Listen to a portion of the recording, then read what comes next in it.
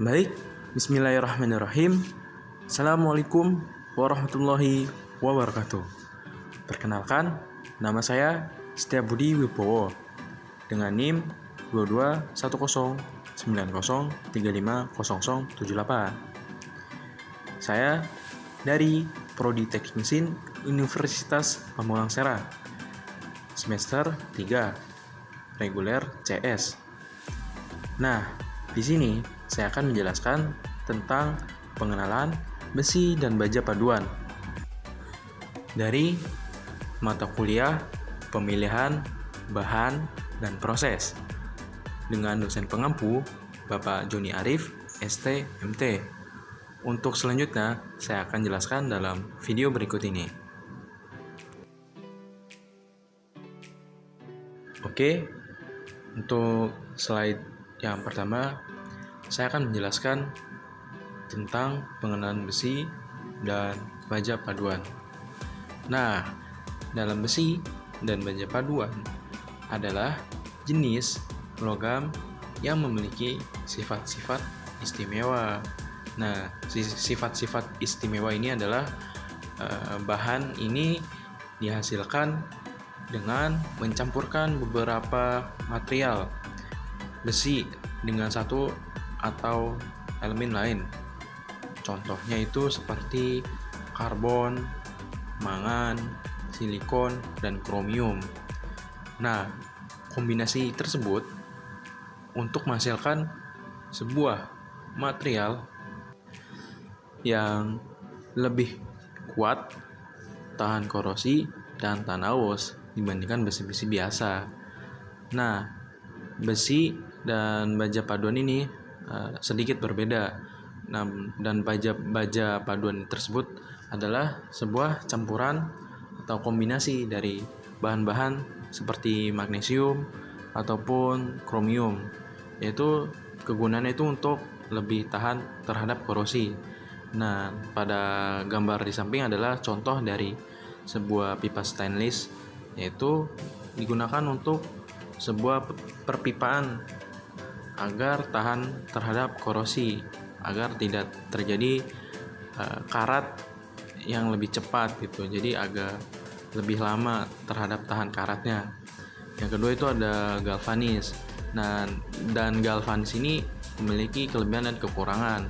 Kelebihan itu dia memiliki bahan yang kuat, tetapi memiliki kekurangannya itu tidak tahan korosi.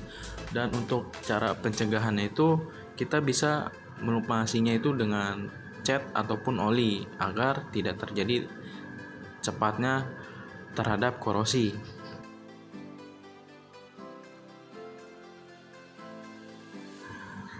Oke, untuk slide kedua saya akan menjelaskan sifat-sifat besi dan baja paduan. Nah, yang pertama adalah kandungan unsur kimia. Besi dan baja paduan mengandung campuran berbagai unsur seperti saya yang jelaskan tadi. Karbon yaitu adalah unsur yang sangat penting dalam baja karena jumlahnya akan mempengaruhi sifat-sifat mekanisme yang seperti kekuatan dan kekerasan. Yang kedua adalah mangan. Mangan ini adalah digunakan sebagai penambahan dalam baja untuk meningkatkan kekerasan, kekuatan, dan ketahanan aus. Selanjutnya adalah campuran dari silikon.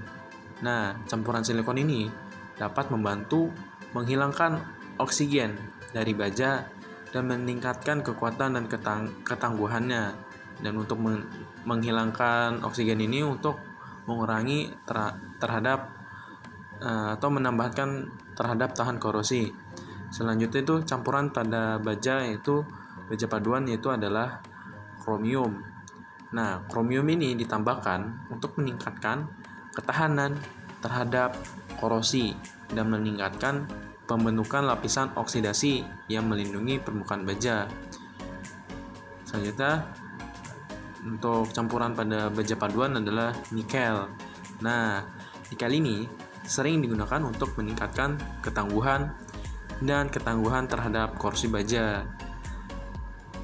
Kombinasi yang tepat dari unsur-unsur ini adalah proporsi yang berbeda-beda, menghasilkan berbagai jenis baja dengan sifat-sifat yang berbeda pula, sesuai dengan kebutuhan aplikasi teknik yang spesifikasi.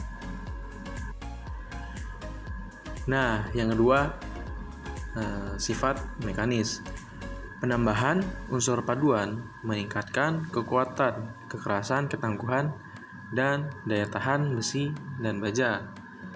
Nah, dalam sifat mekanis, pada besi dan baja paduan itu dipengaruhi oleh berbagai faktor, termasuk komposisi kimia, struktur mikro, dan perlakuan panas yang diterapkan. Beberapa sifat mekanis utama yang umumnya yang sering itu adalah kekuatan. Nah, kekuatan adalah kemampuan material untuk menahan beban tanpa mengalami deformasi permanen atau retak.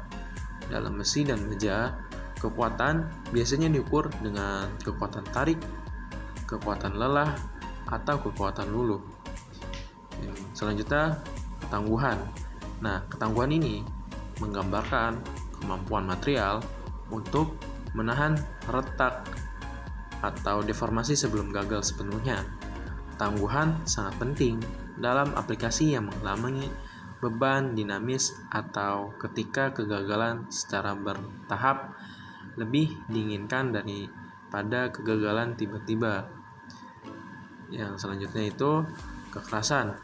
Nah, kekerasan adalah resistensi material terhadap penetrasi atau deformasi permanen. Baja yang mengandung karbon tinggi atau unsur paduan tertentu dapat memiliki kekerasan yang tinggi, yang biasanya diukur menggunakan skala seperti skala Brinell atau skala Fisher. Selanjutnya adalah ketahanan terhadap korosi. Nah, ini mengacu kepada kemampuan material untuk melawan korosi atau oksidasi. Baja yang mengandung unsur seperti kromium atau nikel seringkali memiliki ketahanan korosi yang lebih baik karena membentuk lapisan oksidasi yang melindungi permukaannya. Yang terakhir adalah ketahanan terhadap kelelahan.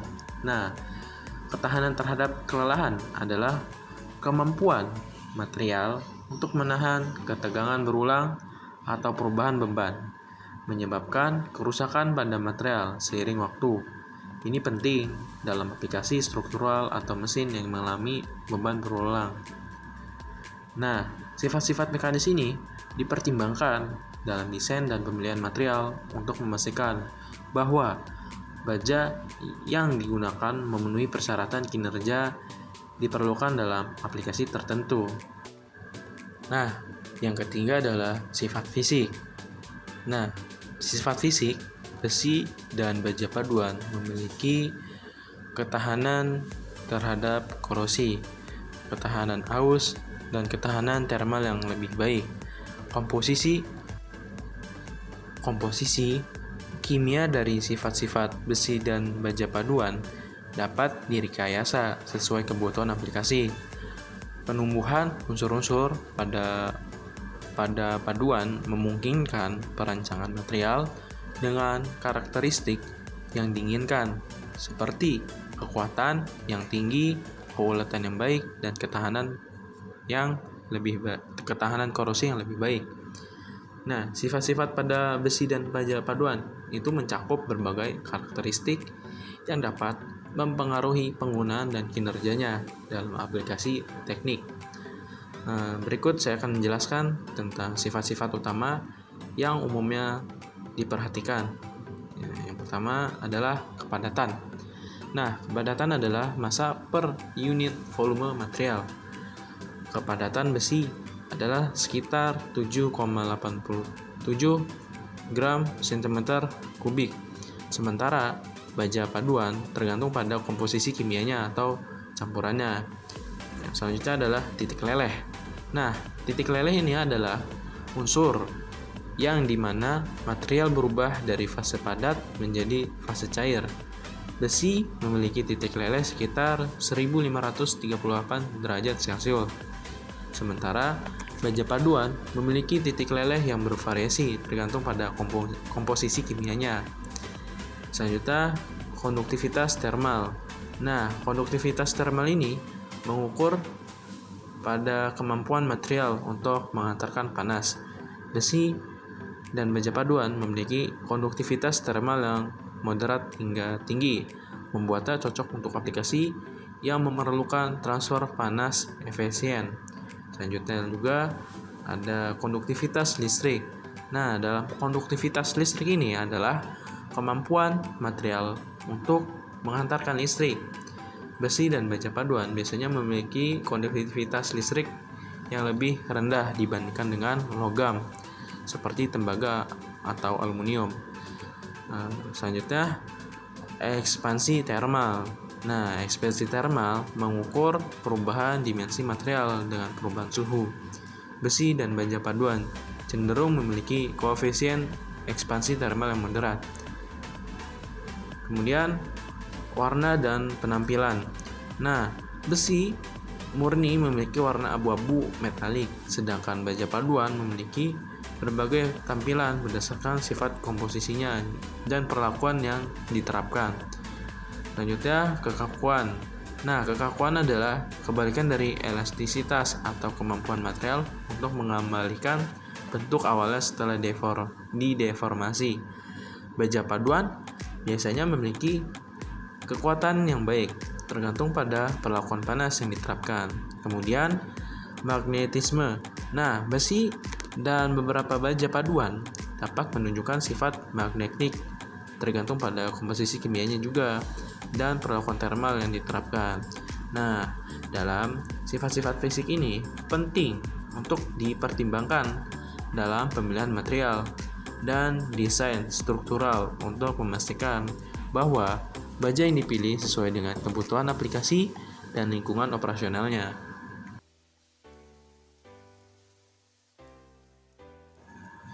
Nah, slide selanjutnya yaitu slide ketiga. Di sini saya akan menjelaskan tentang komposisi besi dan baja paduan. Nah, unsur utama pada besi yaitu Fe merupakan komponen utama dalam besi dan baja paduan. Kadar besi dalam komposisi berkisar antara 95-95%. Yang kedua itu unsur paduan. Nah, unsur paduan ini terdapat berbagai unsur-unsur lain seperti karbon, kromium, nikel, mangan, silikon, dan mobilium. Dan ditambahkan untuk meningkatkan sifat-sifat mekanis dan fisik. Selanjutnya adalah komposisi ideal.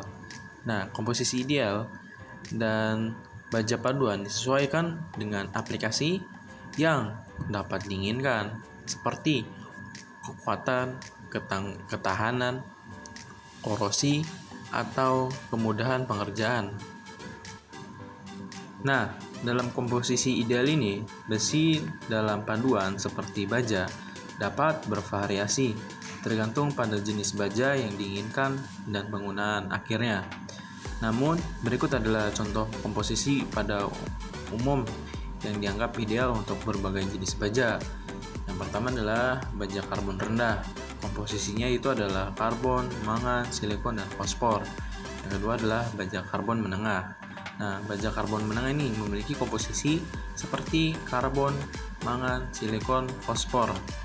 Kemudian baja karbon tinggi. Nah, baja karbon tinggi ini memiliki komposisi seperti karbon, mangan, silikon, dan fosfor.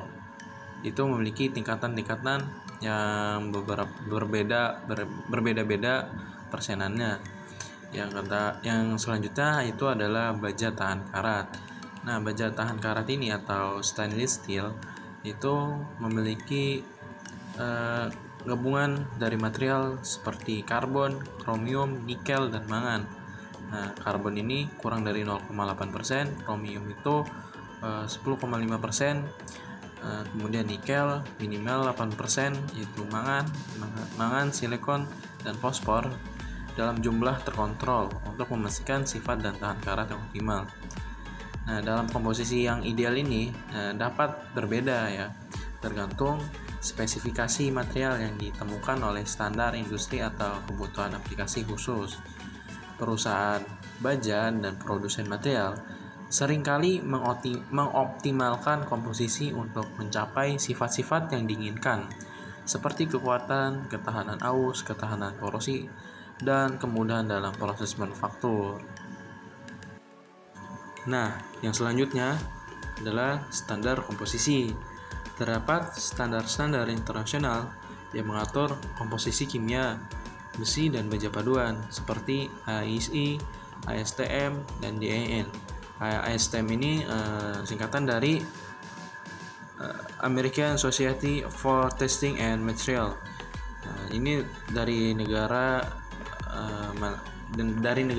Amerika untuk standarnya untuk menjamin kualitas material tersebut.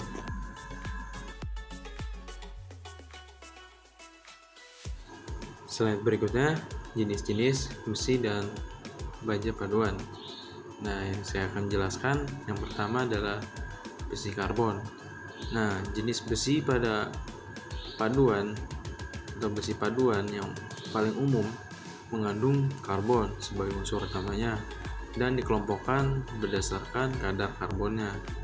Nah, besi karbon ini mengacu pada besi yang mengandung kandungan karbonnya yaitu sebagai elemen utama dalam paduannya. Ini termasuk berbagai jenis besi yang mengandung karbon dalam berbagai proporsi, di mana karbon dapat memberikan sifat-sifat tertentu pada besi, seperti kekerasan, kekuatan, dan ketahanan. Besi karbon dapat dibagi menjadi beberapa kategori berdasarkan kandungannya.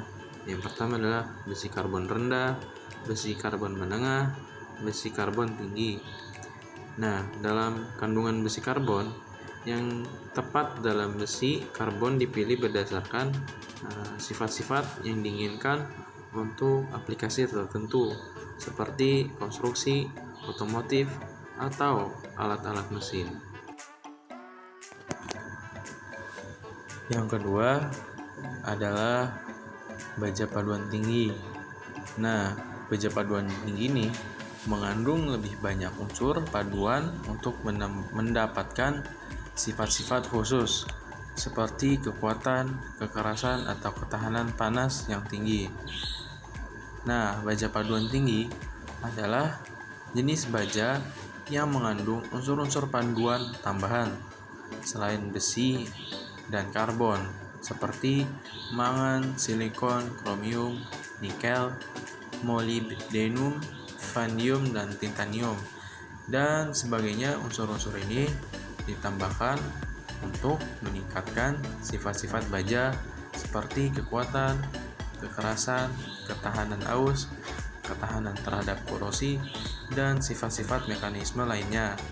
Beberapa contoh baja paduan tinggi dan unsur-unsur paduannya adalah yang pertama baja paduan rendah hingga menengah. Biasanya mengandung kronium, nikel, mangan, molybdenum, dan proporsi yang bervariasi. Yang selanjutnya, baja paduan tinggi untuk aplikasi suhu tinggi, yaitu mengandung kromium, molybdenum, vanadium, dan kadang-kadang titanium untuk meningkatkan ketahanan terhadap suhu tinggi dan oksidasi. Selanjutnya, baja paduan untuk ketahanan korosi. Nah, baja paduan untuk ketahanan korosi ini mengandung kromium, nikel, dan molybdenum untuk meningkatkan ketahanan terhadap korosi. Contoh aplikasi dari baja paduan tinggi termasuk dalam industri otomotif, misalnya untuk perkecepatan dan roda gigi, industri penerbangan, industri konstruksi, dan industri minyak dan gas. Kombinasi yang tepat dari unsur-unsur paduan dipilih berdasarkan persyaratan spesifik aplikasi dan sifat-sifat yang diinginkan dari material tersebut. Selanjutnya adalah baja paduan rendah. Nah, baja paduan rendah mengandung sedikit unsur paduan seperti mangan, nikel, atau kromium untuk meningkatkan sifat mekanisme ketahanan korosi. Nah, baja paduan rendah adalah jenis baja yang mengandung jumlah rendah dari suatu atau unsur paduan terhadap paduan tambahan selain besi dan karbon. Baja atau ini umumnya memiliki kadar karbon rendah, biasanya kurang dari 0,25%, dan mengandung unsur-unsur mangan, silikon, kromium, nikel, dan molybdenum dalam jumlah kecil. Dan berikut adalah karakteristik umum dari baja paduan rendah. Yang pertama, kekuatan. Nah, kekuatan pada baja paduan rendah ini, meskipun memiliki kadar karbon yang rendah, baja ini dapat memiliki kekuatan yang cukup baik karena penambahan unsur paduan seperti mangan dan silikon. Dan kekerasan. Nah, kekerasan pada baja paduan rendah cenderung memiliki kekerasan yang cukup baik tergantung pada komposisi paduannya. Selanjutnya, ketangguhan. Baja paduan rendah ini biasanya memiliki ketangguhan yang baik, artinya mampu menahan deformasi plastis dan retak pada tekanan tinggi. Kemudian, kekerasan yang dapat diubah. Nah, dalam ini karena komposisinya yang dapat diubah dengan baik, baja paduan rendah mudah dikerjakan dan diformat. Selanjutnya, ketahanan aus. Nah, ketahanan aus pada baja karbon rendah ini, terutama jika mengandung mangan, baja paduan rendah dapat memiliki ketahanan aus yang baik. Aplikasi umum dari baja paduan rendah termasuk dalam konstruksi baja otomotif seperti rangka mobil dan truk, konstruksi jembatan, dan konstruksi bangunan. Karena sifat-sifatnya yang baik, baja paduan rendah sering digunakan di mana kekuatan dan ketahanan yang cukup dibutuhkan tanpa biaya produksi yang tinggi. Nah, di slide yang ini saya akan menjelaskan tentang pengaplikasian besi dan baja paduan dalam industri. Yang saya akan jelaskan yang pertama itu komponen mekanis pada industri. Besi dan baja paduan digunakan secara luas dalam pembuatan komponen mekanismenya seperti roda gigi, bantalan, poros, dan piringan rem untuk mesin-mesin industri yang memerlukan ketahanan dan kekuatan tinggi. Yang kedua itu konstruksi bangunan. Nah, dalam konstruksi bangunan ini baja atau struktural digunakan sebagai rangka, balok, dan tiang penyangga dalam pembangunan gedung-gedung, jembatan, dan infrastruktur lainnya yang membutuhkan kekokohan dan daya tahan. Nah, dalam konstruksi bangunan ini contohnya H-beam ataupun komponen-komponen baja sebagai tiang ataupun penyangga. Yang selanjutnya industri otomotif. Nah, di dalam industri otomotif ini berbagai komponen utama kendaraan seperti rangka, panel bodi, dan pegas suspensi terbuat dari besi atau baja paduan yang dikembangkan untuk memenuhi kebutuhan industri otomotif akan keamanan dan keandalannya. Oke, di slide ini saya akan menjelaskan tentang proses pembuatan biji besi dan baja paduan. Proses yang pertama adalah reduksi biji besi. Nah, proses dimulai dengan reduksi biji besi menggunakan oven tinggi, menghasilkan logam besi cair yang kemudian dituang ke cetakan untuk membentuk ingot. Nah, dalam proses reduksi biji besi ini adalah sebuah proses industri utama untuk memproduksi besi dan baja. Ini melibatkan pengurangan oksidasi biji yang terdapat dalam biji besi menjadi biji murni. melalui reaksi kimia dengan karbon dalam bentuk kokas atau karbon padat atau batu bara. Nah, proses ini umumnya terjadi dalam 2 tahap utama. Yang pertama, pembuatan biji kasar. Nah, pembuatan biji kasar ini ada beberapa tahap. Yang pertama, biji besi kokas dan biji kapur dimasukkan ke dalam tungku peleburan. Kemudian, pada suhu yang tinggi, karbon dan kokas bereaksi dengan oksidasi biji untuk menghasilkan besi cair dan gas karbon dioksida. Kemudian reaksi utamanya yang terjadi adalah Fe2O3 plus 3C. Batu kapur. Nah, batu kapur ini ditambahkan untuk membentuk slag atau trak yang membantu memisahkan impuritas dari biji besi. Nah, selanjutnya proses kedua yaitu proses konversi besi kasar menjadi baja.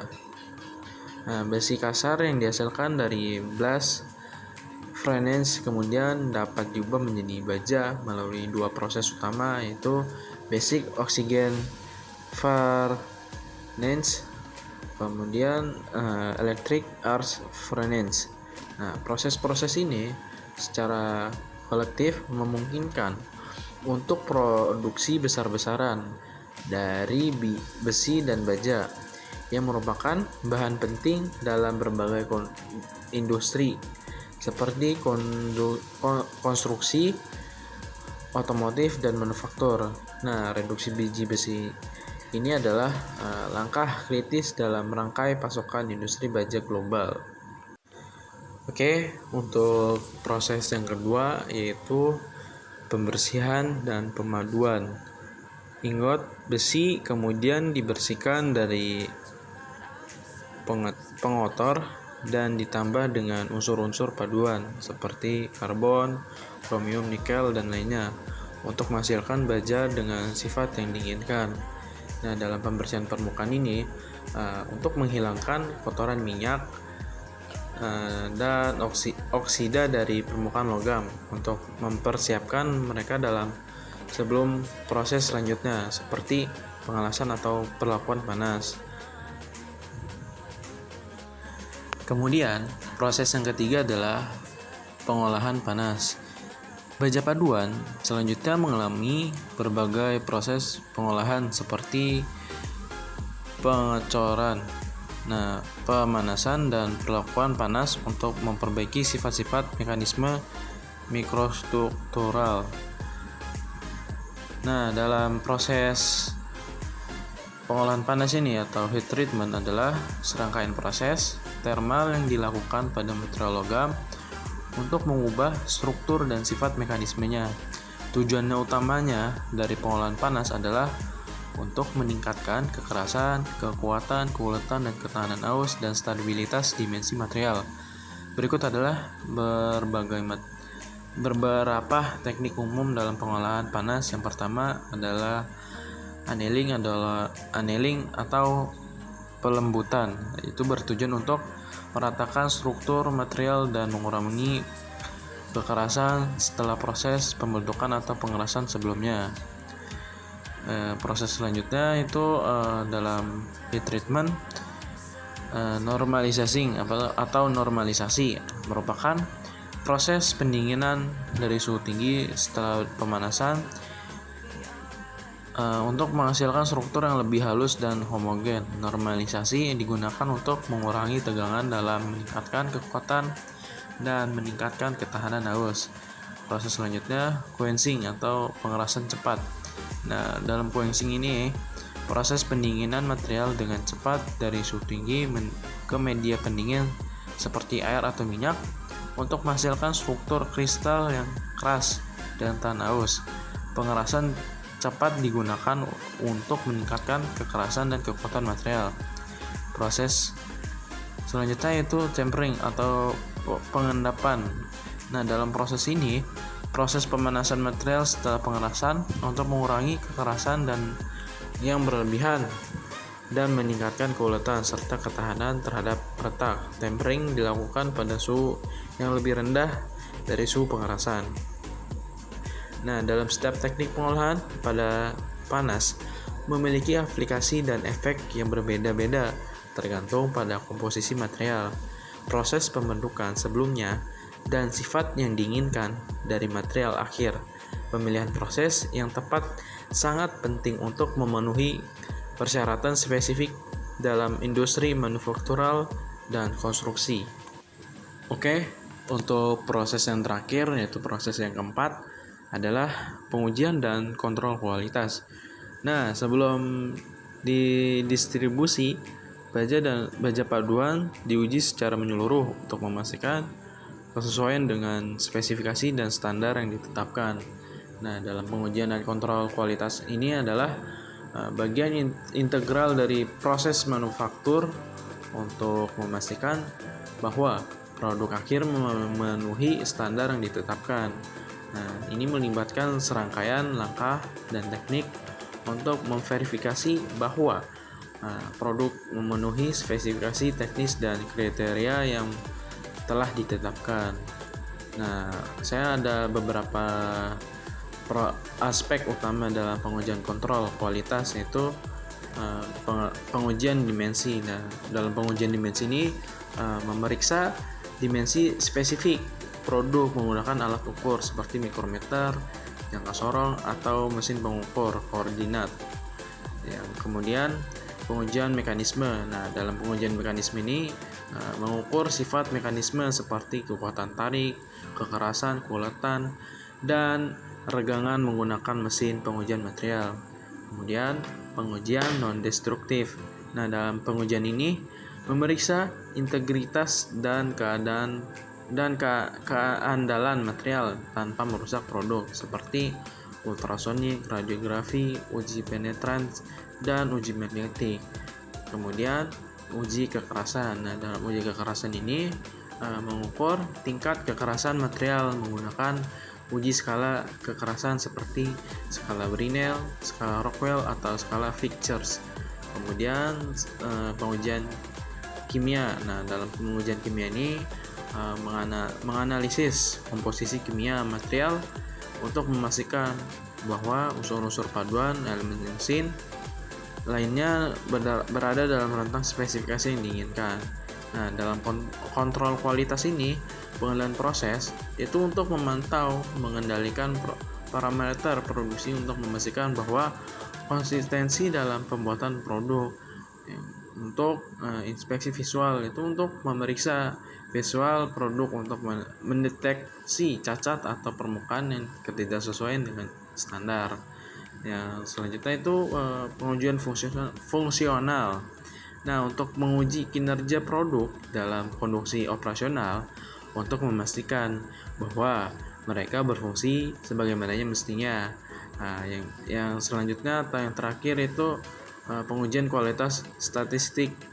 Pengujian ini itu menggunakan metode statistik untuk menganalisis data produksi dan mengidentifikasi penyimpangan dari target atau variabilitas proses yang tidak diinginkan. Oke, nah dalam pengujian dan kontrol kualitas yang baik tidak hanya memastikan bahwa produk memenuhi ekspektasi pelanggan, tetapi membantu meningkatkan efisiensi produk dan mengurangi biaya akibat cacat. Ini adalah komponen paling penting dalam manajemen mutu total atau total quality management dalam industri manufaktur modern. Oke, slide yang ini saya akan menjelaskan kelebihan dan kekurangan pada besi dan baja paduan. Nah, kekuatan dan ketangguhan itu pada besi dan baja paduan itu memiliki kekuatan dan ketangguhannya yang jauh lebih baik dibandingkan dengan besi dan baja biasa, sehingga sangat cocok digunakan untuk komponen-komponen struktural yang memerlukan daya tahan tinggi. Contohnya itu dalam pembangunan atau pembangunan konstruksi atau di bidang otomotif lainnya. Kemudian ketahanan korosi. Nah, kelebihannya itu adalah ketahanan korosi. Nah, ini penambahan unsur-unsur paduan seperti kromonium dan nikel untuk meningkatkan ketahanan korosi besi dan baja, sehingga sangat cocok digunakan di lingkungan yang agresif, contohnya di perpipaan, yaitu pada di laut ataupun di pipa-pipa minyak atau migas gitu, yang memerlukan kekuatan ketahanan terhadap korosi. Nah, kekurangannya itu harganya lebih mahal. Kenapa? Meskipun memiliki banyak kelebihan, besi dan baja paduan umumnya memiliki harga yang lebih mahal dibandingkan dengan besi dan baja biasa karena proses produksi yang lebih kompleks dan lebih sulit gitu. Jadi campuran-campuran bahannya juga lebih banyak. Jadi harganya juga lebih meningkat atau lebih mahal dibandingkan besi dan baja biasa. Kemudian lebih sulit diproses. Nah, dalam besi atau baja paduan ini lebih sulit diproses karena memiliki sifat yang lebih kompleks sehingga membutuhkan peralatan dan teknik pemrosesan yang lebih canggih seperti pengelasan dan pemesinan yang lebih rumit gitu. Jadi dalam kelebihan dan kekurangan baja paduan itu banyak sekali. Nah, ini secara garis besarnya aja ya.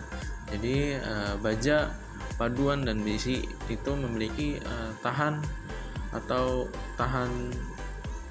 korosi itu lebih kuat, terus lebih tahan pressure atau kekuatannya itu lebih tinggi gitu dibandingkan dengan besi atau baja biasa gitu. Cuma memiliki kekurangannya yang tadi itu harganya lebih naik atau lebih tinggi dibandingkan baja paduan, kemudian sulit juga diproses karena itu sulit untuk mencari sifat-sifatnya yang lebih kompleks hingga membutuhkan peralatan dan teknik pemrosesan yang lebih canggih gitu. Oke, di slide kali ini saya akan membahas tentang pemilihan besi dan baja paduan yang tepat. Nah, saya akan membahas yang pertama dulu ya. Yang pertama itu memahami aplikasi.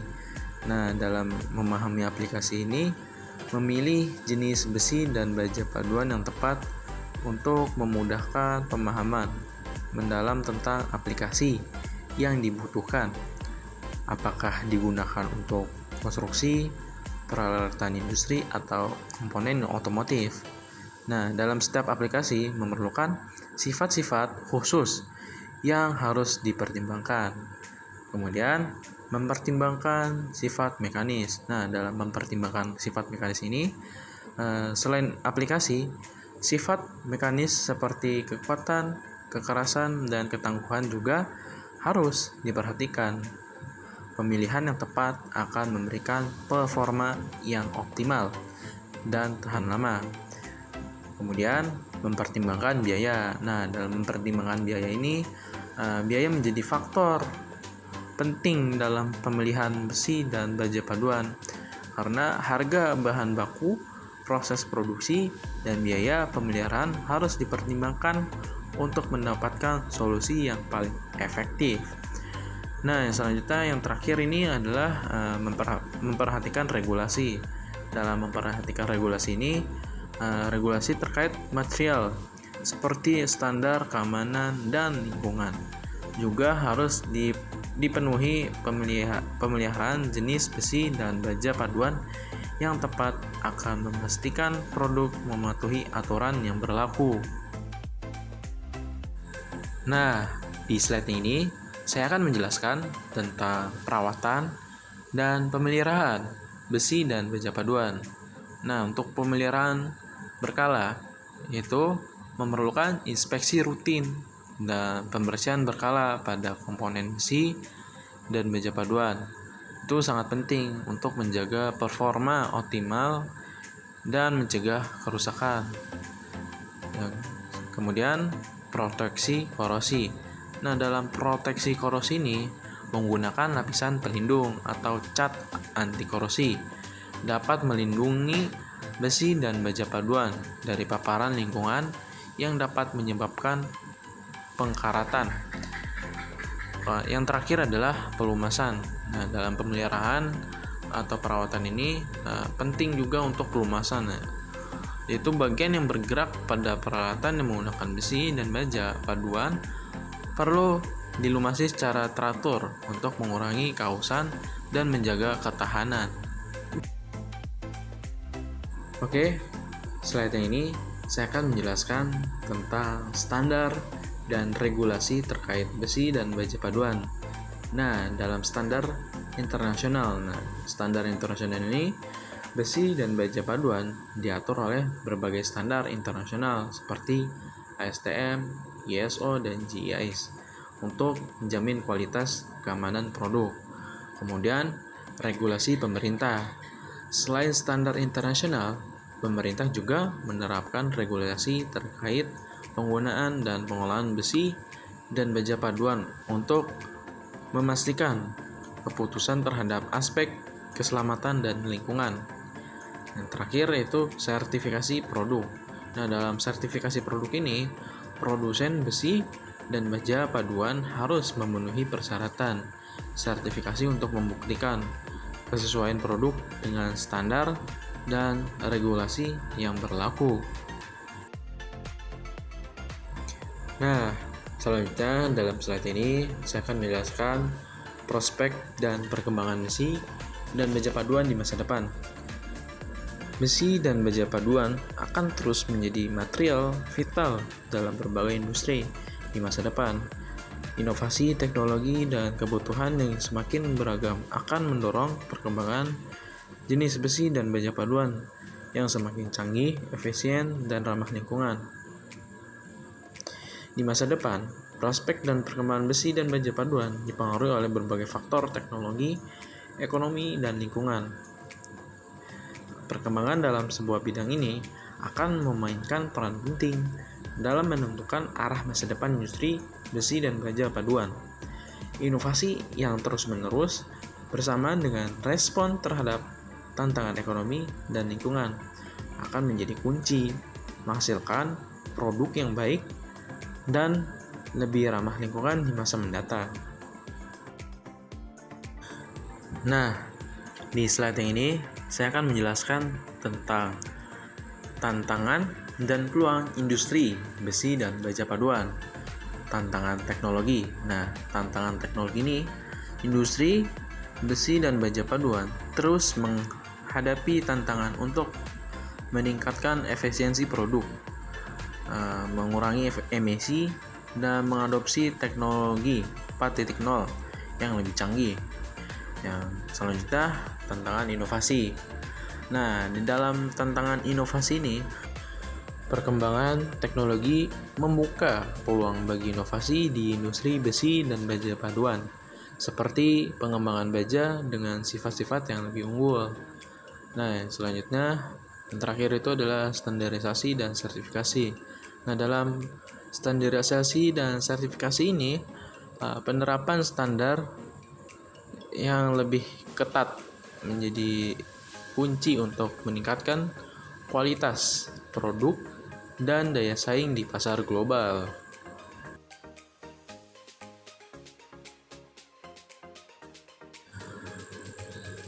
Oke, di slide yang ini saya memiliki contoh soal beserta jawabannya, yaitu contoh soal dari besi dan baja paduan. Nah, soal yang pertama itu, apa perbedaan utama besi dan baja paduan? Nah, perbedaannya itu adalah besi adalah unsur kimia dengan simbol Fe, sementara baja paduan adalah campuran besi dengan elemen lainnya seperti karbon, kromium, dan nikel untuk meningkatkan sifat-sifat tertentu seperti kekuatan, kekerasan, dan ketahanan korosi. Nah, soal yang kedua itu bagaimana cara pembuatan baja paduan? Nah, dalam proses pembuatan baja paduan melibatkan peleburan besi dengan elemen paduan dalam tanur listrik atau tanur busur listrik. Kemudian diikuti oleh proses pengecoran, pengoloran, dan perlakuan panas untuk mencapai sifat mekanik yang diinginkan. Nah, untuk pertanyaan ketiga itu sebutkan beberapa elemen paduan yang umum digunakan dalam pembuatan baja dan jelaskan fungsinya. Dan ini saya akan jelaskan ya jawabannya.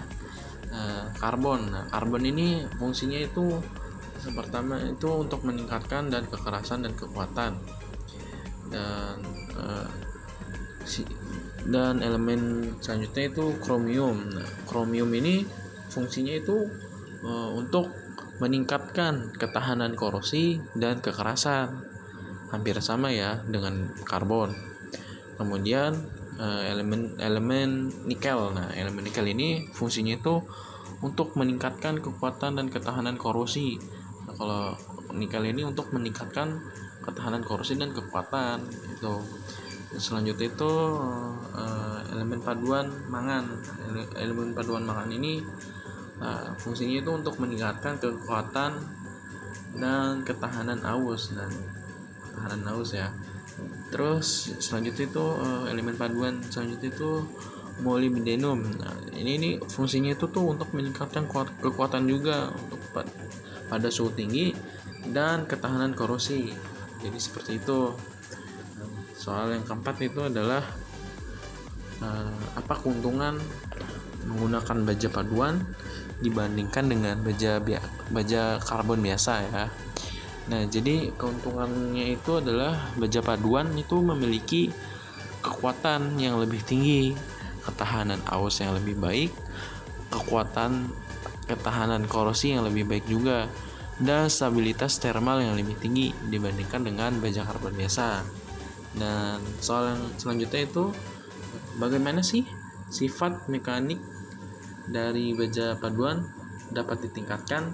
Nah, dengan cara itu sifat mekanik itu dapat ditingkatkan melalui penambahan elemen paduan, proses perlakuan panas seperti pengerasan dan pengulungan atau pembentukan mekanis. Kemudian pertanyaan selanjutnya itu jelaskan nih perbedaan antara baja paduan rendah dan baja paduan tinggi. Nah, dalam perbedaan ini adalah baja paduan rendah itu mengandung elemen paduan dalam jumlah kecil, kurang dari 5% total berat. Sedangkan baja paduan tinggi itu mengandung elemen paduan dalam jumlah besar, lebih dari 5% total berat. Kemudian soal nomor 7 itu apa pengaruh penambahan kromium pada paduan baja? Nah, pengaruhnya itu adalah penambahan kromium meningkatkan itu ketahanan korosi dan kekerasan baja. Dan kromium juga dapat membantu dalam pembentukan lapisan oksidasi pelindung yang mencegah oksidasi lebih lanjut. Kemudian soal yang ke-8 itu bagaimana sih proses perlakuan panas mempengaruhi sifat-sifat baja paduan? Nah, perlakuan panas seperti pengerasan, perlakuan dan tempering dapat mengubah struktur mikro baja, meningkatkan kekuatan, kekerasan, dan ketahanan aus, serta mengurangi kerapuhan. Selanjutnya, soal nomor 9 yaitu sebutkan beberapa aplikasi industri yang umum menggunakan baja paduan dan alasan pemilihannya. Saya akan menjawab yaitu industri otomotif. Nah, dalam industri otomotif ini untuk komponen mesin baik mesin dan bodi kendaraan karena kekuatannya dan ketahanannya aus.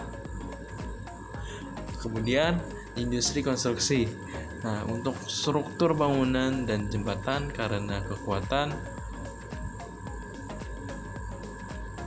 dan ketahanan korosi. Selanjutnya itu industri minyak dan gas. Nah, untuk industri minyak dan gas ini untuk pipa dan peralatan pengobaran karena ketahanan korosi dan kekuatan pada suhu tinggi. Nah, di soal yang nomor 10 ini itu bagaimana sih cara mengidentifikasi baja paduan berdasarkan komposisi kimianya? Nah, Dalam baja paduan dapat diidentifikasikan dengan menggunakan spektrometri emisi optik atau OES atau spektrometri massa MS itu untuk menganalisa komposisi kimianya. Dan soal yang ke-11 itu apa aja dampak dari kehadiran karbon dalam besi dan baja paduan terhadap sifat-sifat materialnya. Nah, itu adalah karbon itu dapat meningkatkan kekuatan dan kekerasan baja, tetapi juga dapat membuatnya lebih rapuh ketika kandungan karbonnya lebih tinggi. Jadi gitu. Yang selanjutnya itu ada soal nomor 12 nih.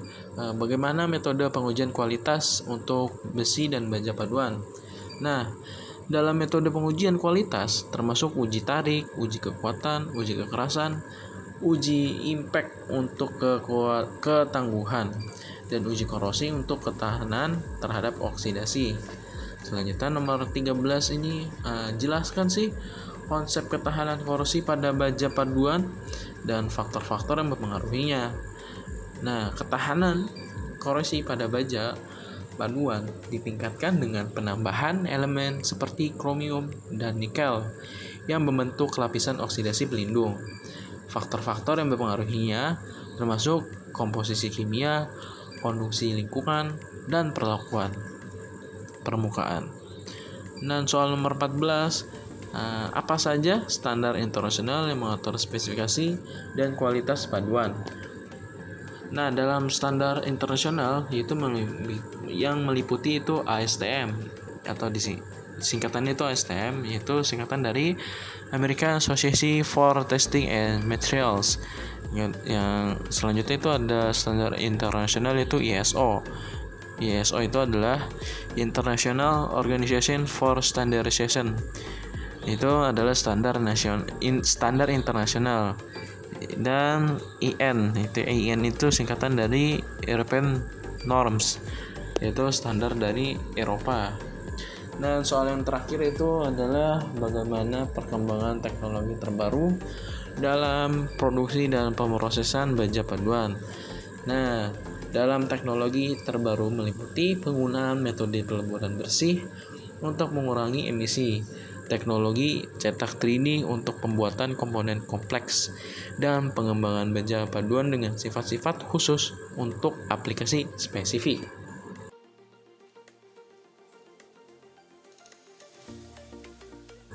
Oke, untuk kesimpulan dan rekomendasi dari materi yang saya jelaskan tadi itu adalah besi dan baja paduan memiliki peran penting dalam berbagai industri modern.